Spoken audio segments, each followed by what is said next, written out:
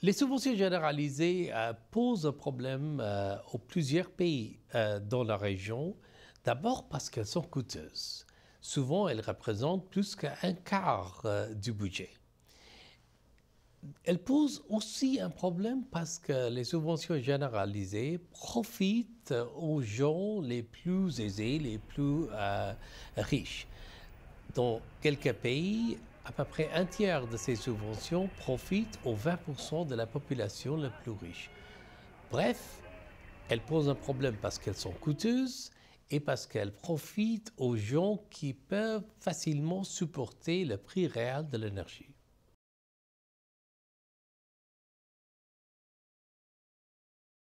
Au-delà du budget, ces subventions généralisées ont aussi quelques impacts pernicieux sur l'ensemble de l'économie. D'abord, elles encouragent la surconsommation d'énergie qui a un impact négatif sur l'environnement, sur la santé.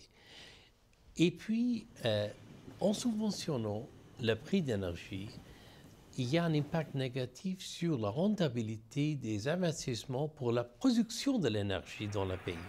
Et donc, au fil des années, on voit parfois une pénurie d'énergie qui vient de cette manque d'investissement dans le secteur.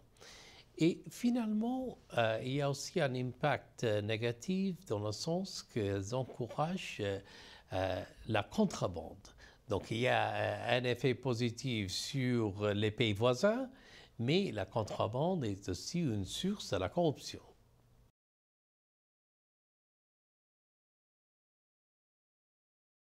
De toutes les régions du monde, c'est l'Afrique du Nord et le Moyen-Orient qui a le plus recours aux subventions généralisées des produits énergétiques. En 2011, par exemple, le montant de ces subventions était d'environ 240 milliards de dollars, qui est à peu près la moitié de l'ensemble de ces subventions dans le monde et qui représentait dans plusieurs pays plus qu'un quart des crédits budgétaires.